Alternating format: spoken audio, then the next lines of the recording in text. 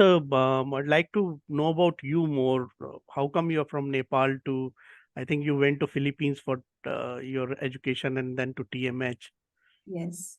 So I have done my undergraduate MBBS from Nepal itself, Kathmandu, Nepal Okay. Medical College and Teaching Hospital.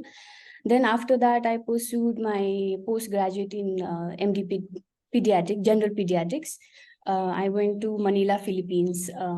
So the reason being that there were less opportunities here, and I didn't wanted to wait actually. So I just wanted to continue and go ahead with my education. And then after that, actually, I worked as a consultant pediatrician for around 4.5 years here in Kathmandu itself, in Okay. different centers. And then after that, I pursued my fellowship for 2 years from actually Tata Medical Center in Kolkata. Okay. Okay. So currently, when we look at all the data of especially pediatric hematology, hemato-oncology cases, mm, um, the cure rate in the developed countries like US is almost 70% at present because of the new immunotherapies and this thing. But whereas in country like ours, Asian countries, that comes down to almost 30%. In your experience, why it is so? What is the main factor which is where we are not able to increase the cure rate? So I would say it's not, I cannot point out, you know, just one factor. So there are multiple factors that is ongoing. When, you really come back to, the ground level and, the face the ground reality, there are so many factors, starting from there is lack of awareness, not just among the health workers, amongst the, not just amongst the general population, amongst the health worker itself, because childhood cancers are comparatively neglected than adult cancers. So which results into delayed presentation, delayed referral to the centers who have the expertise to diagnose and treat the children. And usually they present with advanced diseases. So our hands are tied when they come with advanced diseases, and then Advantage. yeah, we cannot offer them much. So that is the main factor. And then the second, I would say, would be there is we do not have the required resources for diagnosis. The diagnosis modalities are lacking. Even if I would say, in context of Nepal, if I would do a simple bone marrow, I can just perform the bone marrow aspiration and biopsy examination here. If I want to do even flow cytometry, I have to outsource it to India. So so all these things are there. And then for solid tumors, if I have to, I can do the biopsy, with the coordinator biopsy, but then again I have to send outsource it to India for IHC. So the time lapse is there, Yeah, and yeah, yeah, the, yeah. the diagnosis get delayed, and then the cost implication is there once it is outsourced. And then next would be the infrastructure is not well built. And then we do not have that the idea what a comprehensive cancer should be to treat these children. And there is the most and important part is unavailability of these chemotherapeutic drugs.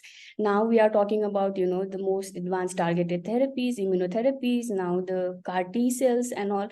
But then the basic access to chemotherapies, therapeutic drugs, those are lacking, because of the the complicated government Mm. regulations. And then they have to, again, sometimes we have to send the patients to again to India. Yeah, yeah, yeah. So all these things are there. And then, and it's not just about the basic treatment modalities access. It's also the treatment comprises of good supportive care. We have to deal with infection, we have to deal with the nutrition, we have to deal with all these Mm. all these logistic things also. So the infrastructure is lacking, the education is lacking, and then the trained manpower is lacking. As you've mentioned earlier, there are only few pediatric hemato-oncologists who are providing services to the centers. And even though there are now there are upcoming cancer centers, but mostly they are focused in adult cancer care. So, there is increasing recognition for the need to improve cancer care, but, the childhood cancer are still being neglected, or probably, the awareness is less. So, for most, that above all is the financial hardship. All these limited cancer centers which are there in Nepal, they are centralized. We have very few on the peripheries. So, so all these factors, when they come together, these are contributing to the less survival rate. So, yeah, that is the thing, I think, for the low resource income countries. The survival rate is around 20 to 30% as compared to 70 to 80% in high income or Western Yeah, countries. yeah, yeah, yeah, yeah, yeah. Uh, Most important is as you said, is awareness and less lack of the knowledge, proper Yes. knowledge also, because mm, around 3 weeks back we had a kid from Egypt. The kid was a case of B-all, uh, and relapsed after chemo and transplant both. And the doctor advised, somehow I don't know why, but for double transplant, and that also was relapsed. And then because after all those treatment, already parents have spent so much of money has already been spent, but somehow we were able to find a very good clinical trial for this patient for CAR T cell therapy in US. And Okay. yeah, and because he was a kid, so we were also able to enroll him, and it was Mhm. all sponsored by the company which was making that drug. So if we have proper knowledge and know-how, and if we can communicate, then probably uh, there are also solutions available. uh, Yes. yeah, I think, the worst part is the stigma that is, has been associated with cancers. Is like, yeah, there is yeah. no life, Yes, yes, yes, yes, and yes, then that would be the end of life. yes, So it has to, come out in public and has to be the, forefront of our conversation, that it is highly curable, and then the priority has to be given to childhood cancer, so that is lacking. And yeah, then I think, yes, we are trying to, first and foremost, doing that, raising awareness now. yeah, yeah, And, also we are focusing in multiple aspects. As I said, there are a lot of challenges what we come across as a low resource country. So yeah, that has to be come out first, I think. yeah. And you mentioned one thing is the lack of awareness, and many a time patients are detected at a very advanced stage of cancer. So as a layman, if somebody is listening to this conversation, the parents, uh, how do they know that uh, they should go and get the a proper checkup done with a not with a physician, and not only treat the basic symptoms, but this is the time that they should take the kid to a specialist. So, this is another challenge to us, because childhood cancer present with very non-specific Yeah, symptoms, and yeah, many a times there is overlap between, the symptoms that a normal child will have with a, more common diseases. So that is another difficult aspect for us to deal with. But, what we tell while raising awareness to the parents is that, uh, the common symptoms, what, even though it is difficult, but if a child is having symptoms like prolonged fever, you know not getting, remitted after multiple episodes of getting treated into by, at a general, healthcare or hospital. So that, and then, if there is unexplained weight loss, if there is abdominal distension, like in hematological malignancies we see hepatosplenomegaly. So if there is any mucosal bleedings from, gums or mm, nose, and if they have any sort of lumps or swellings anywhere in the body, yeah, or, any and mostly, the parents even miss that the child is getting pale, that is one of the commonest symptoms that we can, see, and then come take him to the doctor and just do a plain CBC, which can be a lot Yes, helpful at that yes, time. yes, yes, So yes. these are the common symptoms that we say ki if you notice this or any deviation of a child from, from normal to abnormal in activities or whatsoever, just go to a doctor. Need not be, a cancer specialist, but just go to a general pediatrician, just, just rule out if there is nothing serious. Nothing So serious. yeah, and then if the general pediatrician will suspect anything, then they can directly refer to us, to the expertise who are dealing with cancers. So for now, I think that would be the best option to do, because, there is less, knowledge about when to get the child to a cancer specialist. And, parents would be sort of, reluctant also to think कि मेरे बच्चे को cancer है और इनको अभी cancer के doctor के पास ले जाना है. So at least we can do that for now, and then, take it from there. Yeah. And hopefully now CAR-T will also start because the trials have already ended in India and the results are good, what they say at least. Uh, so hopefully the cost will come down, and especially in pediatric hematological malignancies, we will see much better cure rate after this. Yes, Yeah, hopefully.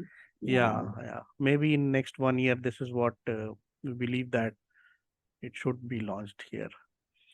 Um, how are the challenges in Nepal? What is the statistics of such kind of pediatric cases there?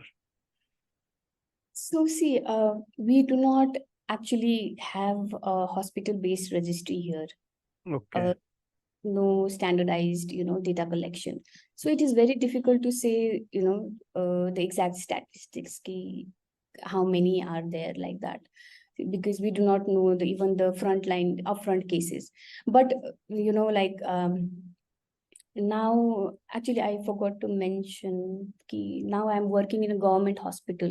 okay, So I have shifted from, the eastern part to Kathmandu itself. okay, So okay, now I'm working in a government hospital from last 1 month, and then I have encountered, almost as equal relapses and as equal progressive diseases to the upfront diseases.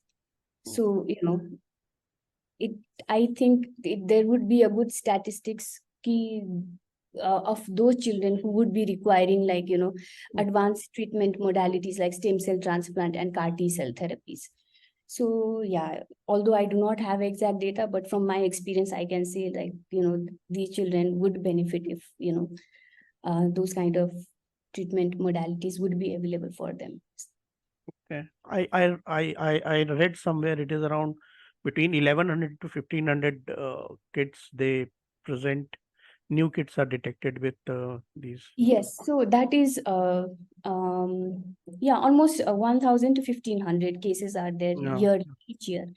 yeah, So uh, probably now that, everybody is getting sensitized, and yeah. now we're working together, Mm, also to have a hospital based cancer registry. So mm, probably we can get the exact, mm, data statistics on our, yeah. the Mm, cancer, what is the childhood cancer burden in our country. Probably by end of this year, at least we can have some idea about that. Yeah. yeah. Okay. And generally, if uh, parents suddenly come to know that the kid is having some kind of a malignancy, uh, what he should do, what the parent should do in this case. So what I feel is ki, a any childhood cancer should be, treated by a pediatric oncologist, pediatric hemato-oncologist, who is the expert in the field.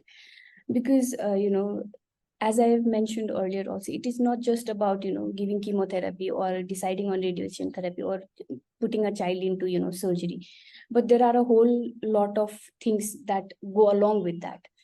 be it supportive care, the nutrition aspect, the palliative aspect, the psychosocial aspect. How it's not just about treating the child, it's about, we have to make uh, parents comfortable, and give them confidence also ki, yes, childhood cancers are curable, and we are there for you along the way. So the most important part is like once they are diagnosed with malignancy, the parents should take them to the centers where the pediatric oncologist is available, so that the child can have a holistic approach to his or her treatment. So yeah. So, in my experience, we are running CancerFax for last 5 years. We are seeing so many pediatric malignancy cases, and whenever we speak to the parent, many a time the parent start to believe that they are going to lose the kid. Yeah. So first thing first, what you also mentioned that with newer drugs, immunotherapies, targeted therapies, newer technologies, if it is detected at a early stage, 80% chances are there that it's going The to be child, complete cure, even yes, for the child lymphoma, can have a normal life. normal life, lymphomas and leukemias, or Yes. yeah, because these are the two which are the main hematological malignancies. So even after the bone marrow transplant and all, most of the time pediatric cases are 100% cured. So first thing they should, parents should be counseled and told that it's not everything is not lost, but in fact there are chances that 80% chances that the kid will be fully cured. Yes, and that should come from us, who are Yeah, looking at all these keys, who have the yeah, experience, and how, the journey should be, yeah, if yeah, so we do that actually, so that is why it yeah. is important for them to go to a pediatric oncologist Yes, actually. yes, yeah.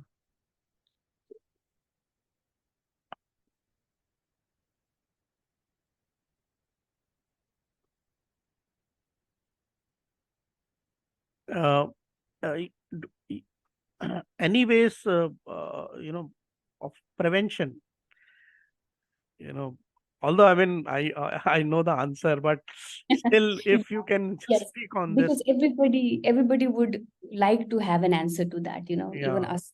But preventing childhood cancer is a entirely complex challenge. And yeah, unlike adults, there is a defined risk factors for them. But the childhood cancers, mostly these occur due to the genetic mutations. And some have been identified, and in some cases, we still do not know what is causing it. And yes, there are some of the environmental factors that have been identified to be associated with childhood cancer. So we cannot entirely prevent it. The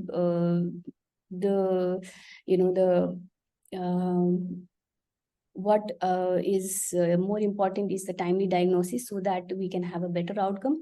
But there are certain measures that we can look upon, like if we can promote a healthy balanced diet, and maintain a regular physical activity, and maintain a certain weight for the child, and reduce exposures to these carcinogens, like tobacco, limited exposure to tobacco smokes while the mother is pregnant and also after birth, and some carcinogens like the chemicals like pesticides which have been identified, and vaccinations, the vaccines against HPV, human papilloma virus, which has proven its benefit in preventing cancers like papilloma, cervical cancer, oropharyngeal cancer, and anal cancer. And what next we can do is genetic counseling, and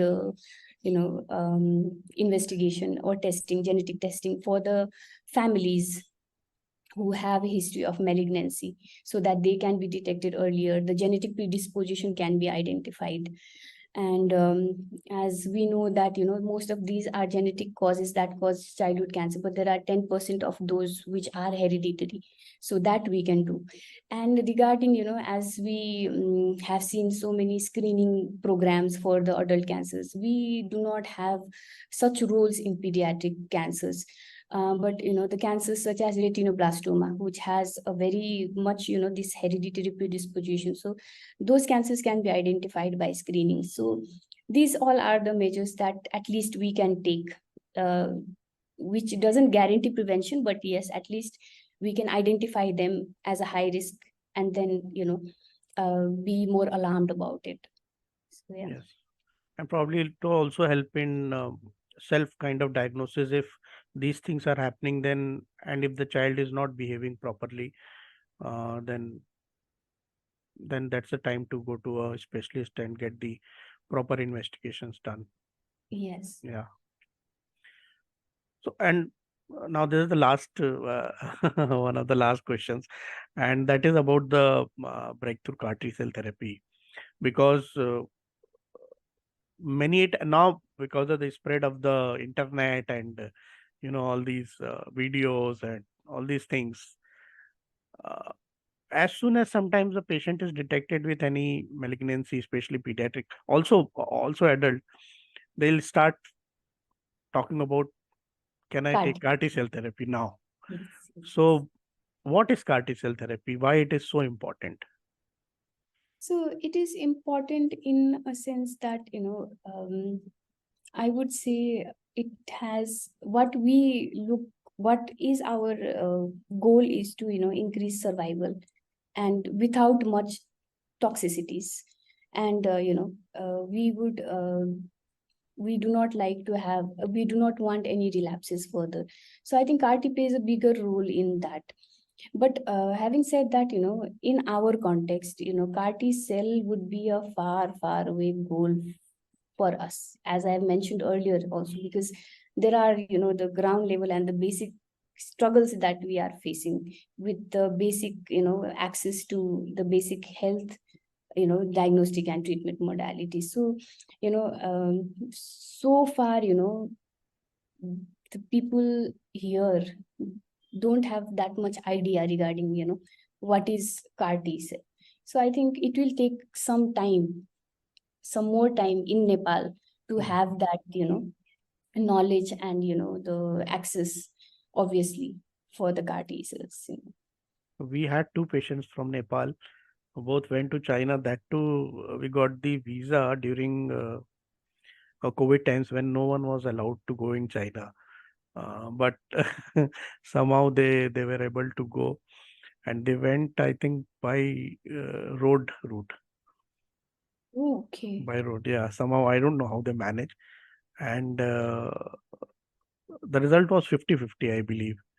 One had very good result, and one was not having any result. Yeah, So because probably it was 2 years ago. So, but now it is yeah, well more established, and we yes, yes, have find outcome to that. yes, So yeah, yes, yeah, yeah. so It children was can get. 3 years ago, I believe. Yeah, yeah. Yeah, Because yeah, while I was in TMC, it was just, the starting phase yeah, and the approvals were going on for the trials. So yeah, now it is more, established than what it was yeah, before. yeah. So So yeah. out of my experience, what in my company we have done around 15, 16 CAR-Ts we have handled. Mm, uh, the best results we have received is from Israel. Israeli local product is we had 100% result. Whatever patient we have sent to Israel, we have received 100% results, uh, especially in lymphoma and we all. Uh, and when they started, it was $150,000. Now they have done it half, come to half, around Okay. $75,000 now is the Mm. complete bridging therapy and CAR-T. Both put together is around 75-80. So Okay. We yeah, usually use inotuzumab, so that for breathing and then for CAR-T. yeah, Okay. yeah. So Good at that. yeah, yeah, yeah. Because at least for some patients who have some kind of insurance, health insurance and all, it is still, manageable, because it's a matter of a kid, and entire life is in front of him. Yes, yes. Yeah, Yeah, those who can afford, obviously we can offer them, yeah, depending on this, yeah, the disease status, if yeah, they are willing to go for more advanced, yeah, yeah.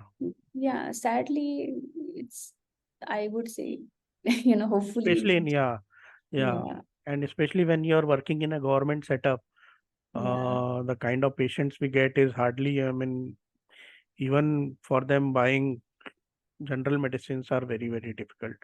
While you were like, telling me the breakdown of cost for this CAR T cell, then I was thinking every day I do the breakdown for the common, even Yeah, chemotherapies. yeah, You know, yeah, yeah, when I have patient for rituximab, then I have to, calculate the dose and probably I can, yeah, give yeah, them for two with that cost. So yeah, that is the struggle we are doing. So yeah, it yeah, is good to know there is a breakthrough and, there are so many new treatment modalities being detected worldwide yeah, to yeah, cure these children. yeah, Yeah, hopefully we will get there soon actually. yeah. No, no, Yeah. actually, all these innovations, they happen in majorly in very developed countries like US, China, and by the time they finish their trials, it is already 7, 8 years. So they have used the drugs for 7, 8 years. All the trial patients they have used in phase one, phase two at least, and then by the time they come to our countries, it is almost 10 years, 7 to 10 years Yes. late. So Yeah, and the then cure is there, but then we are getting it almost 8 to 9 years after it is being found so and see tested. that is for India. For Nepal, it would be again we can add Yeah, another 8 to 10 years to that. yeah, yeah, yeah, That is our current status. yeah. Not being, having a negative mindset with all these setbacks. There is always opportunity to Of course, of course. growth. We always look forward what we can, Yeah, yeah, offer best possible, yeah, modalities to these yeah, children. yeah, So a lot to look forward to. And yes, even though we are handful of pediatric oncologists, we are coming together, yeah, with yeah, same motive and trying to bring a change. yeah, yeah. It was pleasure talking to you. It was very nice talking to you, Dr. Ritu. Thank you very much for your time. Thank you so much for having me, actually. Thank you.